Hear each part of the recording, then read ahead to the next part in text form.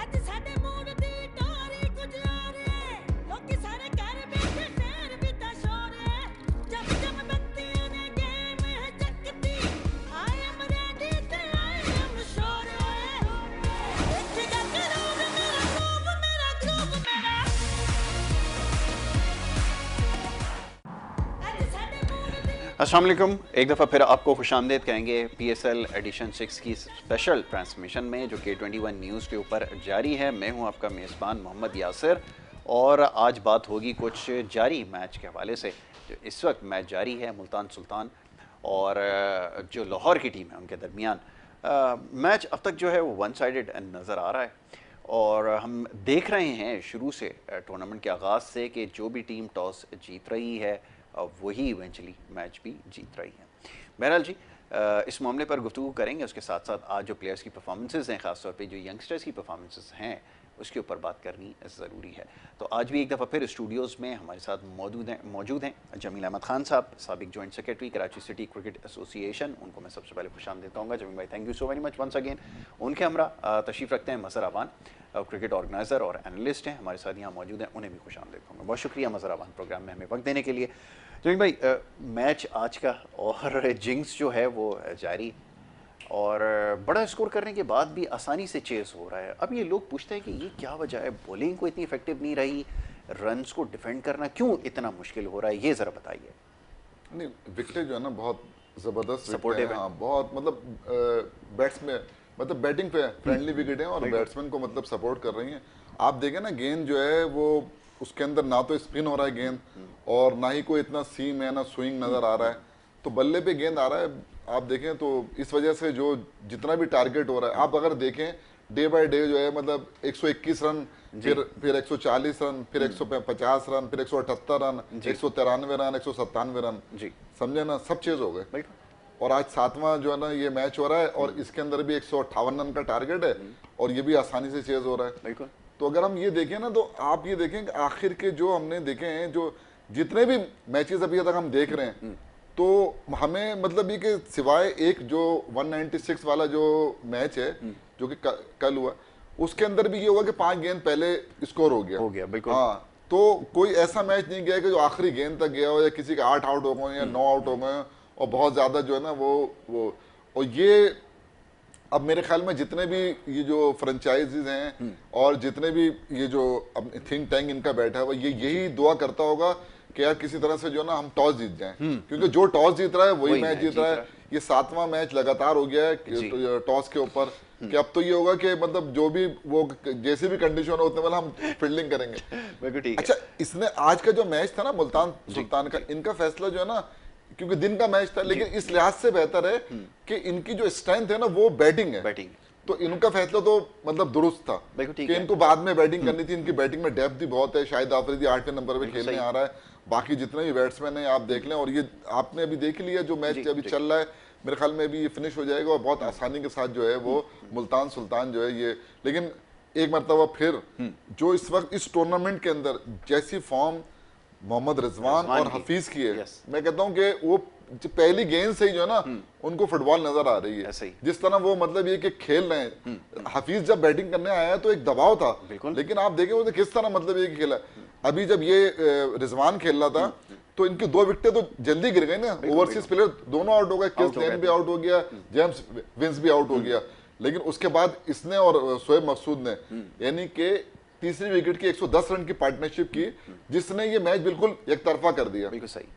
तो रिजवान को और हफीज को क्रेडिट देना होगा कि मतलब इस टूर्नामेंट के अंदर वो अपनी टीम के लिए इतना अहम रोल अदा कर रहे हैं। मतलब उनके तीनों मैचों के अंदर आप देखते हैं हफीज की तो परफॉर्मेंस ब्रिलियंट है। मतलब ये कि पहले मैच में उन्होंने 33 किए, नॉट आउट किए, फिर दूसरे मैच में निस्फ सेंचुरी, तीसरे मैच में निस्फ सेंचुरी, और स्ट्राइक रेट मेन है उनका मेंटेन रखा हुआ है। मतलब तकरीबन 200 बल्कि एक मैच में 221 रन का उनका स्ट्राइक रेट था।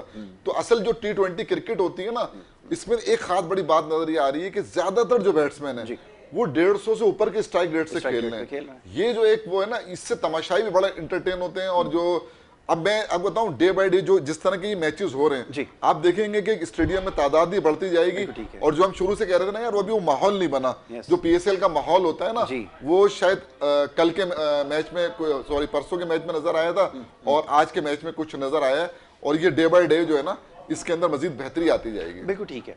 क्राउड के होने से फ़र्क पड़ता है जी। और अब तो क्योंकि एनसीओसी की तरफ से जो है वो गो थ्रू भी मिल गया है, क्राउड जो 50% जो है वो इंक्रीज़ होगा, और उसके बाद देखेंगे, हो सकता है कि फिर आगे वाले मैचेस के लिए तो ये भी कहा गया है कि फुल क्राउड के साथ जो है वो मैचेस हो सकते हैं।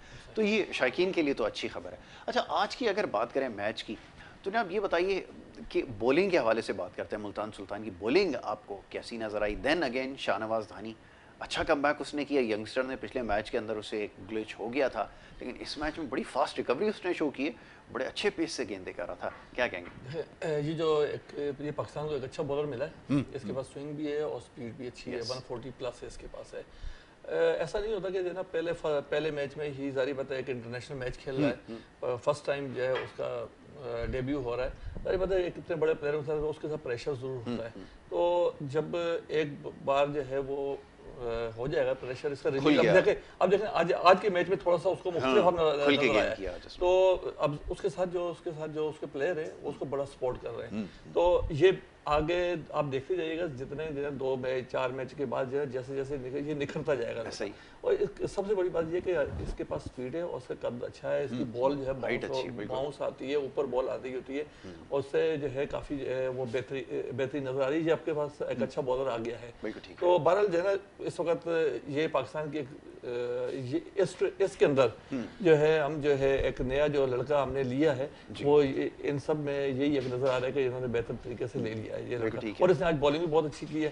तो जहाँ तक मुल्तान सुल्तान की जो बॉलिंग की बात है, उसमें जाहिर बात है जो है ना, इतने एक्सपीरियंस बॉलर है इसके पास है, मौजूद है। जैसे शाहिद आफरीदी है, आपके पास लेग स्पिनर है, दूसरा आपके पास जो है वो दूसरा लेग स्पिनर भी आ जाता है। तो उन्होंने इन लोगों ने इतने इजी जो है रन नहीं करने दिए, जिसकी वजह से वरना ये जो पिच के अंदर ऐसा सिलसिला नहीं था। देखें पिच के अंदर कोई टर्न नहीं है, कोई उसके अंदर जो है बॉलर को ज्यादा कुछ नहीं है, अब बॉलर को कोई सपोर्ट नहीं है।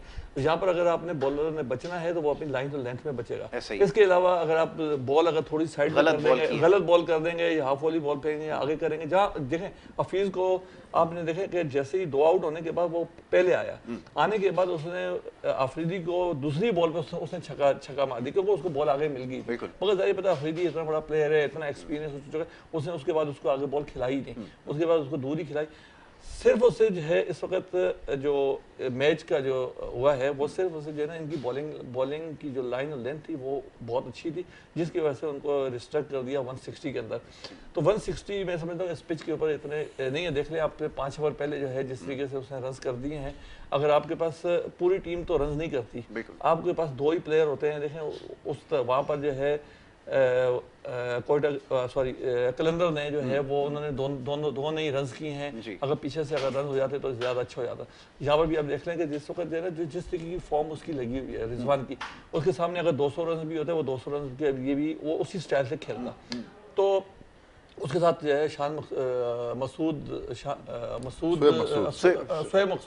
उसने उसके साथ बेहतरीन खेला हो रहा है। देखें आप जो है ना, बहुत ही इजी तरीके से वो जो है वो मैच जीत गए। तो ये बात तो हमने कल भी की थी कि टॉप ऑर्डर अगर बारी लेगा तो फिर बड़ा स्कोर लगेगा, ये एक प्रॉब्लम है। अब ये चीज़ हमने देखा कि थोड़ी सी एड्रेस हुई है बाकी टीम्स में। पिछले मैच में कराची की टीम ने जब शर्जील खान ने बारी ली तो आप देखें 100 रन लगाए उसने, तो ऊपर से स्कोर होगा तो फिर बड़ा स्कोर होगा। लेकिन यहाँ तो मसला ये है कि 190 करके भी अब अनसेफ हैं आप, तो इसका मतलब है कि तो आपको एक्स्ट्रा और एफर्ट करनी पड़ेगी बड़ा स्कोर सेट करने के लिए, या फिर आपको बॉलिंग को सही इस्तेमाल करना है, क्योंकि मार्जिन तो आपके पास बहुत कम है। भाई पता है क्या है, जो कराची का जो मैच था ना, उसके अंदर जिस तरह का स्टार्ट था उनका, कम से कम 220 रन करना चाहिए थे, इससे ज्यादा भी हो सकते थे, लेकिन 220 रन तो सीधे सीधे हो रहे थे। तो जिस तरह 54 गेंदों में 62 रन की इनिंग बाबर आजम ने खेली है ना, और आखिर के यानी उसने 23 गेंदें खेली हैं, उसमें कोई एक चौका मारा है उसने। तो ये जो अच्छा आपने देखा रन आउट भी कितनी बेदिली के साथ होके वो मतलब ये कि वो गए, अगर वो थोड़ा सा मतलब ये कि तेज खेल जाते तो यही स्कोर जो है ना इनका, मैं समझता हूँ कि 220 जो है ना कोई मतलब वो नहीं था। और फिर जो है ना इतना आसान नहीं होता 220 रन को चेस करना या ये करना, 112 रन उन्होंने, खैर ये भी 5 गेंद पहले किया है इसको, लेकिन मैं जो समझ रहा हूँ ना कि मुझे कुछ वो नहीं आया कि शुरू के, देखिए आज भी क्या हुआ है जी। आज ये हुआ है कि जो लाहौर कलंदर ने शुरू के 6 अपने पावर प्ले में 25 रन बनाए। सही। अब ये जो होता है ना, असल में पावर प्ले के अंदर अगर आप रन, तो फिर आप बड़ा टोटल करना बहुत मुश्किल हो जाता है। ठीक है। और उन्होंने भी 6 ओवर के अंदर कम रन बनाए थे कराची ने, लेकिन उन्होंने शर्जील ने कवर कर लिया था। शर्जील ने तो कवर कर लिया, देखिए शर्जील ने 59 गेंदों पे 105 रन बनाए, इसने 54 गेंदों के ऊपर 62 रन बनाए। तो फर्क है ना, अगर ये 20-25 रन थोड़ा तेज कर जाता है, समझे ना। और फिर एक जो मेरे नजर में एक गलती जो मुझे नजर आई कि वन डाउन जो है ना, इनको इनग्राम को भेजना चाहिए, कॉलर इनग्राम को। देखें वो बहुत बड़ा हिटर है, इन्होंने मतलब ये कि वो जो क्रिश्चियन को भेज दिया, और वो जो मेरी बहरहाल वो समझ में नहीं आई बात ना कि उस वक्त जब वो आउट हुआ तो 11 गेंदें बाकी थी, 18.1 ओवर में 176 रन की पार्टनरशिप हुई है। तो वो मैं समझता हूँ कि अगर उस जगह पे इनग्राम आता तो शायद जो है ना वो 2-4 बड़ी हिटें मारता, तो ये रन जो है ना वो बढ़ भी सकते थे। बढ़ भी सकता था। आपने बिल्कुल ठीक कहा कि वो वन डाउन के ऊपर अगर आकर कोई बैट्समैन और हार्ड हिटर हो, खासतौर पे बारी लेगा, तो फिर स्कोर तो ज़ाहिर है 200 से ऊपर जा सकता है। बहरहाल जी, इसके ऊपर गुफ्तगू हमारी जारी है और ये सिलसिला कंटिन्यू रहेगा। एक ब्रेक की तरफ जा रहे हैं, ब्रेक से वापस आएंगे, आप देखते रहे हमारी स्पेशल ट्रांसमिशन।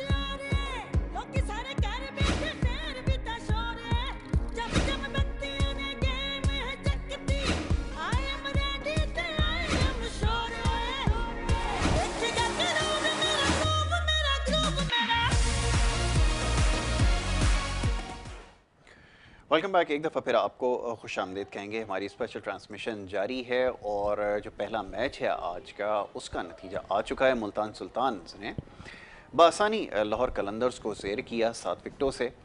और जिस तरह के मैचेस पीछे देखते आए हैं हम, उसमें बड़ा स्कोर हुआ है और 190 से ज़्यादा भी रन्स जो हैं वो चेज़ हो चुके हैं। तो ये इस वक्त सूरत हाल है जिसके ऊपर बात हो रही थी कि कोई भी टीम जो बड़ा स्कोर सेट कर रही है वो भी अनसेफ है। और सबसे इम्पॉर्टेंट चीज़ ये कि अब तक बड़ी इंटरेस्टिंग एक चीज़ देखने में आई है, वो ये कि जो भी टीम टॉस जीती है उसने मैच जीता है। तो इसके ऊपर अब बात हो रही है कि क्यों इतना बड़ा स्कोर करने के बाद भी वो टोटल जो है वो 190 प्लस भी अगर डिफेंडेबल नहीं है, तो विच मीन्स के विकेट से जो है वो ज़्यादा सपोर्ट बॉलर्स को नहीं मिल रही। और बड़े कन्विंसिंगली बड़ा टोटल जो है वो चेज़ हुआ है। अभी भी हमने देखा 3-1 ओवर जो है पीछे रह गए थे और ये स्कोर चेज़ हो गया। इससे पहले कराची वाला मैच भी हमने देखा जो सबसे ज़्यादा स्कोर हुआ अब तक का, वो भी बड़ी आसानी से चेज़ हुआ। देन पीछे हमने देखा कि पेशावर ज़ल्मी ने बड़ा कन्विंसिंगली चेज़ किया। तो जमीन भाई ये सूरत हाल है, चाहे स्कोर जितना भी बड़ा हो। और एक हैरानकुन बात है कि आखिरी बॉल तक तो कोई भी मेरे ख्याल में नहीं गया। 3 बॉलें पहले या 5 गेंदों पहले जो है वो चेज़ हो गया है। 10 गेंदे पहले चेज़ हो गए, बड़े स्कोर पहले। और ये आज भी जो अब तो खैर तो बिल्कुल ही जी वन साइडेड हो गया था, आउट क्लास कर दिया उनको। तो क्या कहते हैं, आपका जो मुल्तान सुल्तान ने भी जो है वो जीत का मजा चख लिया है और उन्होंने हार का मजा चख लिया है लाहौर कलंदर्स ने। तो वो अब ये कि लाहौर कलंदर्स के थोड़ा सा जाहिर 3 मैच खेल के 4 पॉइंट हुए हैं ना, ये चलो इन्होंने अपना खाता तो खोला कम से कम। वो बिल्कुल ठीक है। टीम मतलब जो इनकी बैटिंग लाइन है वो, हालांकि इनका मेन प्लेयर जो है किस लेन जो है वो चल नहीं रहा है, नहीं चला मतलब हाँ। और वो भी अगर वो चलेगा ना तो फिर, और अभी जो है ना राइलर रूसो जो है उसको तो उन्होंने भेजा ही नहीं है। एक मैच के उसकी बैटिंग आई थी। तो जो इसकी बैटिंग लाइन है वो बहुत जबरदस्त है। आज का मैच जीतने के बाद पॉइंट टेबल भी बड़ा मतलब कि इंटरेस्टिंग हो गया। ये डे बाय डे इसमें वो आएगा, चेंज आएगा। बिल्कुल सही। तो अब जो अब आने वाला जो मैच है उस पर थोड़ी सी अगर हम बात कर लें, जरूर वो कोयटा का और जो पेशावर का जो मैच होने जा रहा है। तो अभी देखिए कोयटा का तो कोई पॉइंट नहीं है ना टेबल के ऊपर, पेशावर अलबत्ता 2 पॉइंट के साथ जो है वो 2 मैचों के अंदर, तो 12, लेकिन एक अभी जो कोयटा को जो मुझे लग रहा है कि इसके अंदर फॉफ डुप्लेसी जो है वो किस गेल की जगह जो है ना वो आ जाएंगे, बिल्कुल, और जो उनके फास्ट बॉलर डेल स्टेन है वो मतलब आ जाएंगे, क्योंकि बॉलिंग ही इनको जो है ना मतलब वो कर रही थी। लेकिन एक बात बता दूं आपको जी कि सरफराज को 178 बना के हारने के बाद जो 2 मैच हुए हैं ना, वो 2 मैच देखने के बाद एहसास हुआ होगा कि यार नहीं, क्या कहते हैं ना, ये तो यहाँ तो 190 भी चेज नहीं हो रहे हैं, तो वो चेज हो रहे हैं, आसानी से चेज हो रहे हैं। तो मेरे ख्याल में वो तो आज का मैच जाहिर सी बात है कि 2 मैच हारने के बाद वो बड़े प्लानिंग के साथ मतलब ये कि उतरेंगे। और मुझे इस मैच के अंदर थोड़ा सा मतलब ये कि लगता ये है कि जो बॉलिंग के अगर हम एतबार से बात करते हैं तो उनका पल्ला, लेकिन जो हम जो हमने बात की थी ना पिछले मैच के अंदर पेशावर ज़ल्मी की, जो हम बात कर रहे थे, पेशावर ज़ल्मी के जो लोकल प्लेयर थे ना, वो क्योंकि वो तो लोकल प्लेयर, उनकी बैटिंग डिपेंड ही जो है ना लोकल प्लेयर्स पे कर रही है, समझे, जितने भी उनके ज्यादातर कामरान अकमल है, इमामुल हक है, बिल्कुल, तो वो एक उन्होंने उसको रदरफोर्ड को खिलाया था या उसको खिलाया था जो इंग्लैंड का जो ऑलराउंडर है। तो बाकी तो ये कि इनकी पूरी जो बैटिंग है, और उन्होंने रन कर दिए, इमामुल हक ने भी रन कर दिए, हैदर अली ने छोटी इनिंग के लिए 8 गेंदों में 64 उसने भी रन कर दिए, और शुएब मलिक तो खैर सीजनल प्लेयर है, कामरान अकमल ने भी 37 किए। तो एक मतलब उनकी बैटिंग में एक वो आगे चल पड़ेगी, तो अगर वो बैटिंग मतलब ये कि वो चलती है, तो मैं समझता हूँ कि देखिए मैचेस जो है ना, ये आज तो बिल्कुल ही वो हुआ है, लेकिन मैचेस जो है ना हाई स्कोरिंग मैचेस शुरू हो गए हैं, बिल्कुल ठीक है। तो उम्मीद करते हैं कि ये जो आने वाला मैच है ये भी हाई स्कोरिंग होगा। तो अब जो टीम बॉलिंग में अलबत्ता ये हम कहते हैं कि कोयटा को जो है ना एज हासिल है, फिर ऑलराउंडर बहुत अच्छे हैं उनके पास, फिर ये कि जाहिद महमूद है, फिर डेल स्टेन के आने से उनकी बॉलिंग वो जाहिर से मुझे लगता है कि तो डेल स्टेन को कहाँ पर इन करेंगे, किसकी जगह आप समझते हैं कि इन कर रहे हैं? ये इनको कोई ड्रॉप करना पड़ेगा, कोई ऑलराउंडर अनवर अली को ड्रॉप करते हैं? नहीं, अनवर अली को नहीं, ओवरसीज प्लेयर जो है ना, हाँ उसको रिप्लेस करेगा। हाँ देखिए, पहले तो इन्होंने कैस को जो है ना मतलब ये कि वो ड्रॉप किया था ना, लेकिन इन्होंने कैमरॉन डेलपोर्ट को नहीं खिलाया था, सही है ना।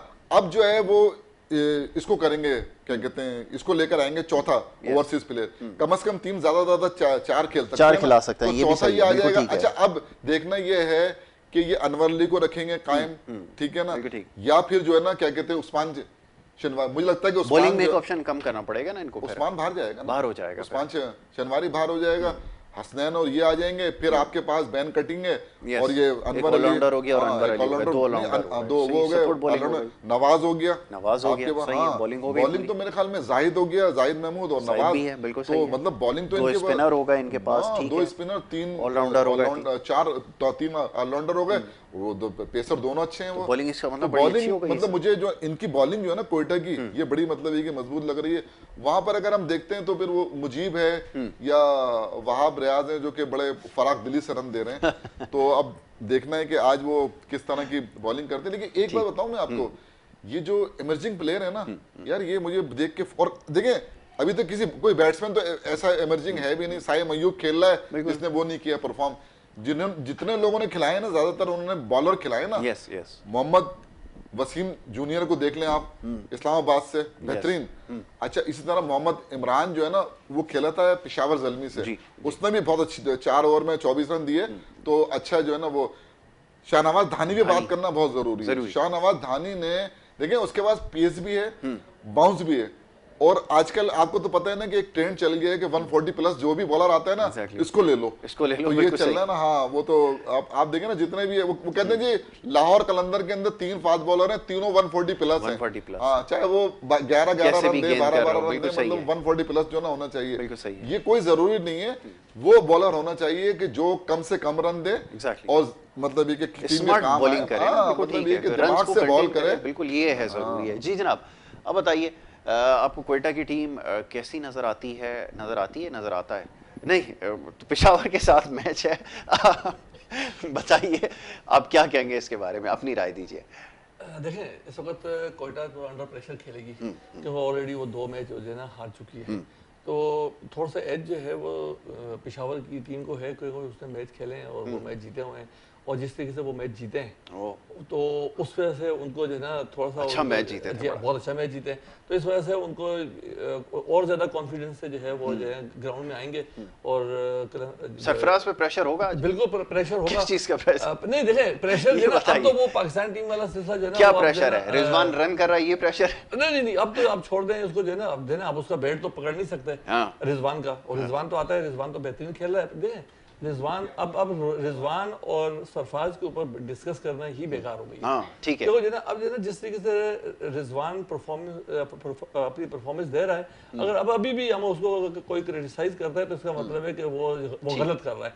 उसने आगे जब वो आया था उस वक्त तो खैर जब उसको टीम में लेकर आए थे उस वक्त तो सही नहीं लेकर आए थे, मगर उसके बाद उसने आगे प्रूव कर दिया कि मुझे जो लेकर आए थे वो बिल्कुल सही लेकर आए थे। चलो ये जरा दिखाएं ना, ये रिजवान क्या कह रहा है, मैन ऑफ द मैच जो है वो इस मैच के रहे हैं, जरा ये जो मैच अभी हुआ है दिखाइए जरा। और सबके सामने हो, और अगर मैच की बात की जाए तो स्टार्ट हमारे जिस तरह बॉलर्स ने किया है, जिस तरह सोहेल खान और दानी और ब्रैथवेट ने सर्कल का किया, उसके बाद शाहिद भाई और उस्मान कादिर ने किए, वो एक्सेप्शनल था सारा सब कुछ। और जहाँ पे लास्ट में 2 मैचेस में हमारी कमी रह रही थी डेथ ओवर्स की, तो वहाँ पे वो अल्हम्दुलिल्लाह बॉलर्स ने वो कमी पूरी की, जिस तरह हमने उसको रिस्ट्रिक्ट किया। फिर आज अच्छी बॉलिंग रही, तीसरा मैच आपका हुआ है और आपको आज पहले 2 पॉइंट्स मिले हैं, पिछले 2 मैच बड़े क्लोज रहे थे। टीम का जो बैलेंस है वो आपको लगता है एज अ कप्तान हासिल हो गया है जो आप 11 ढूंढ रहे थे?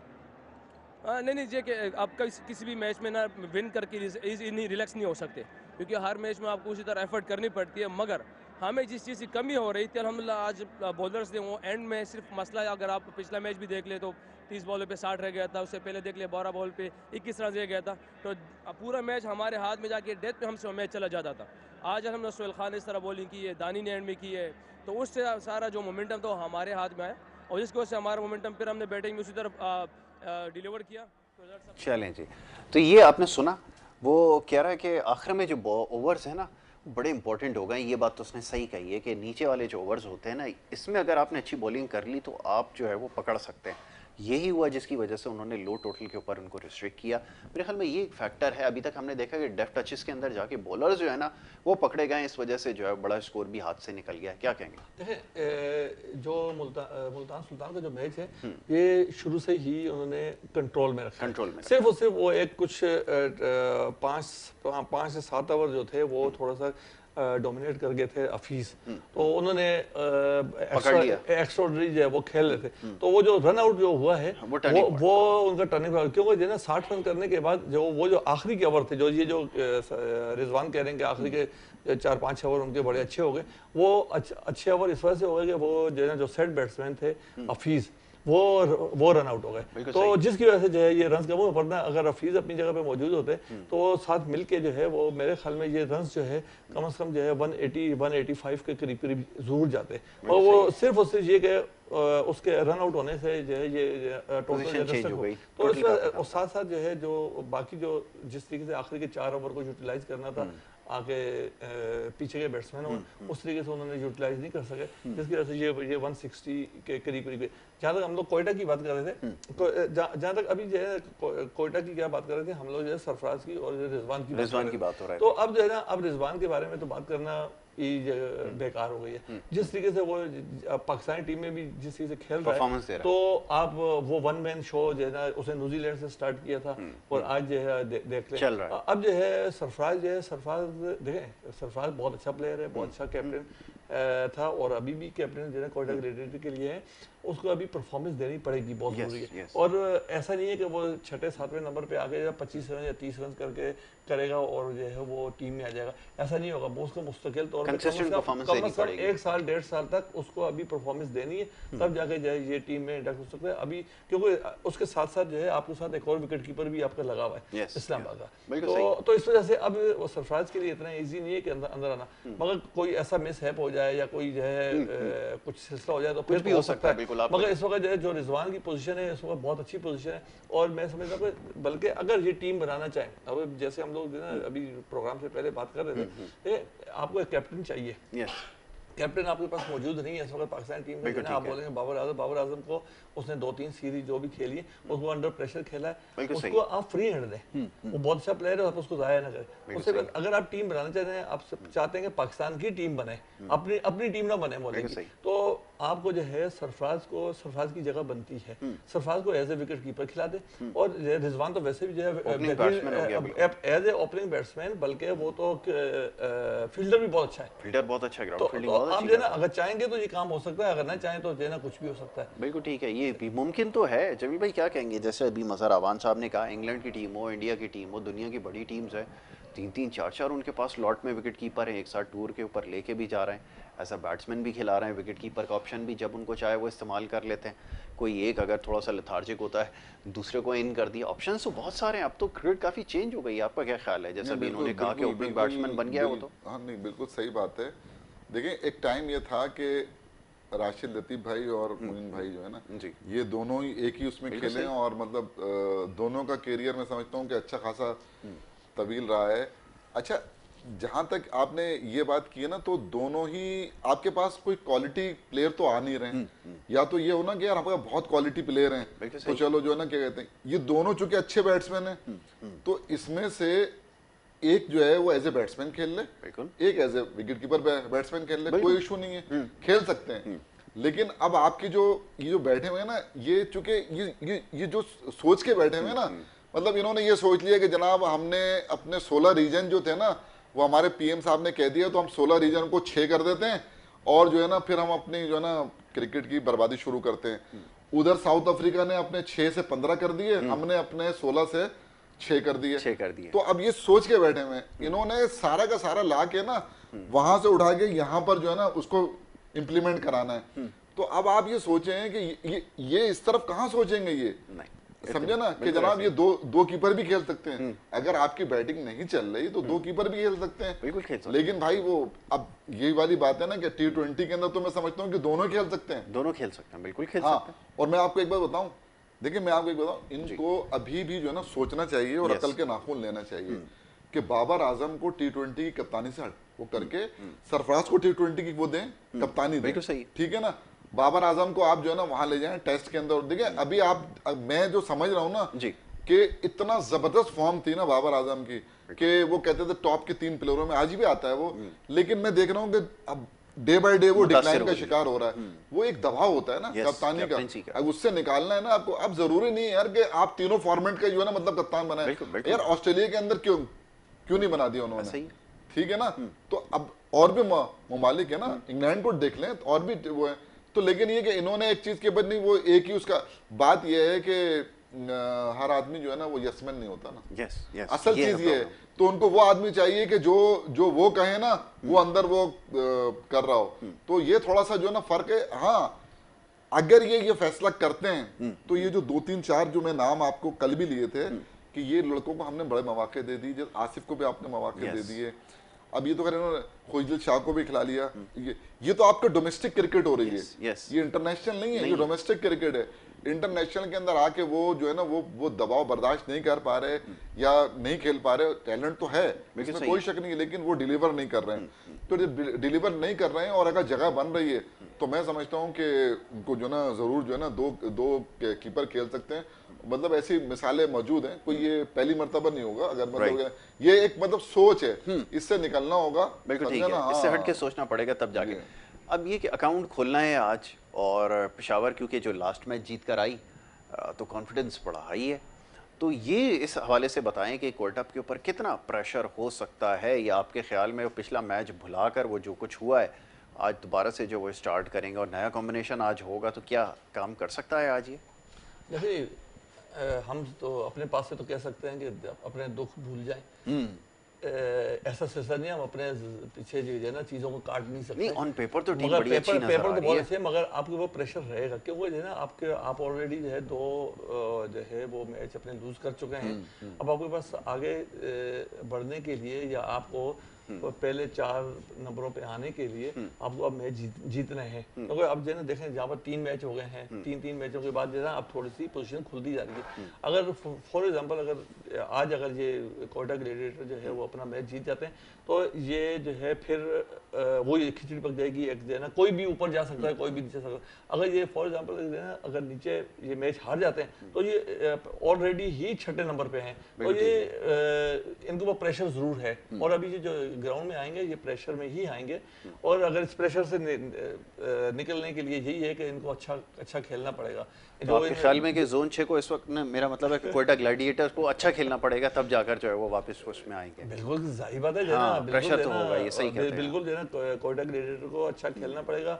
बॉलर जो जैसे डेल स्टेन आए हैं, एक अच्छा बॉलर है, वो उसने अपनी कारकर्दगी दी है। आपके पास जो है एक गेल ऐसा प्लेयर था जिसका प्रेशर जो है वो दूसरी टीमों पे था, टीम पर था, ये सही बात किसी वक्त भी कुछ भी कर सकता है वो चेंज बिल्कुल आपको जो है ना मैच या तो इधर कर देगा या तो कर देगा। अगर उसने 25 अच्छा परफॉर्म भी किया था, 35-40 बॉलें अगर उसने खेल दी तो समझ लें उसे 100 पूरे कर देने।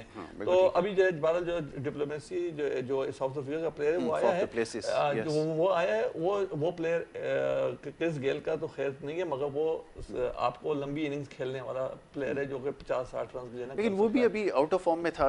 ये अभी जब हमने देखा पाकिस्तान के टूर में खेला है तो अभी जोन 6 से खेल रहा है, मेरा मतलब है ये कोयटा ग्लैडिएटर से खेल रहा है, तो ये अब फर्क होगा फॉर्म में, क्योंकि वहाँ नेशनल साइड के लिए खेलना और यहाँ खेलना बड़ा फर्क होता है। नहीं वो तो है, लेकिन प्लेयर तो नो डाउट बहुत बड़ा प्लेयर, बहुत बड़ा प्लेयर है वो। तो असल में कोयटा को जो ना थोड़ा सा अपने जो बैटिंग ऑर्डर है ना उस पर भी गौर करना होगा। देखिए आजम खान ने अब तक जो है ना मतलब ये कि हम बड़ा उससे बड़ी तवक्कुआत हैं, लेकिन अभी उसने वो परफॉर्म करना पड़ेगा, या तो उसका जो नंबर बहुत नीचे कर दिया है, ये भी हो सकता है, समझा ना। मैं ऑर्डर का मसला है। हाँ, मेरी जो अपनी थिंकिंग है ना उसके अंदर जो है ना 3 नंबर उसके लिए बड़ा आइडिया है। बिल्कुल सही, आपकी बिल्कुल सही। हाँ, अगर 3 नंबर पे उसको खिलाया जाए ना, अब मुझे ये नहीं पता कि आज के मैच में साइम अयूब खेलेंगे या फिर जो है ना आरिश अली खान खेलेंगे। ठीक है, अगर साइम अयूब खेलते हैं ना तो मैं समझता हूँ कि उनको जो है ना ओपन कराएं, ठीक, उसके साथ 3 नंबर पे इसको खिलाएं, 4 पे सरफराज आए या डुप्लेसी आए, बिल्कुल ठीक है। ये बैटिंग जो ना फिर अगर ये चलती है, हाँ, फिर जो जाहिर बैन कटिंग आए, नवाज ने भी अच्छी बैटिंग की थी पिछले मैच के अंदर, नवाज आए, बैन कटिंग आए, अनवर अली आए, तो थोड़ा सा मेरे ख्याल में इनकी बैटिंग में डेप्थ आ जाएगी। और वो तो ये थोड़ा सा ऊपर से जो है ना उनको चाहिए कि हाँ वो लड़का अच्छा है साइम अयूब, लेकिन वो जाहिर सी बात है इतना बड़ा प्रेशर और ये वो, लेकिन उसको जो है ना मेरा ख्याल है कि अगर सही इस्तेमाल करना है ना आजम को तो उसको सर्किल में आपको लाना पड़ेगा। आखिरी जुमला कह दीजिए, टाइम खत्म हो गया, किसको जितवा रहे हैं आज?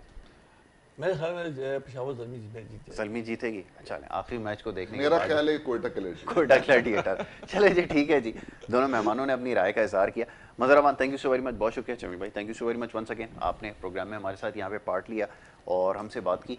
कुछ देर बाद जो टॉस होगा देखेंगे कि आज का मैच बड़ा इंटरेस्टिंग है। कोयटा ग्लैडिएटर्स के ऊपर अभी जैसे बात हो रही थी, एक्सपर्ट्स ये कह रहे थे कि प्रेशर है और जीतना अब ज़रूरी है, क्योंकि ऑलमोस्ट सारी टीमें जो हैं वो अब जीत चुकी हैं, तो ये अब उनके ऊपर प्रेशर होगा। और आखिरी जो मैच रहा है ख़ास तौर पर उसके ऊपर बड़ा क्रिटिसिज्म हुआ है, और देखना ही है कि आज किस तरह की कप्तानी होती है। कल इंशाल्लाह प्रोग्राम में दोबारा आपसे मुलाकात होगी। यहाँ पर प्रोग्राम का वक्त खत्म हो गया, अपना बहुत ख्याल रखिएगा। मोहम्मद यासिर को और हमारी टीम को दीजिए इजाज़त, अल्लाह ने के बाद।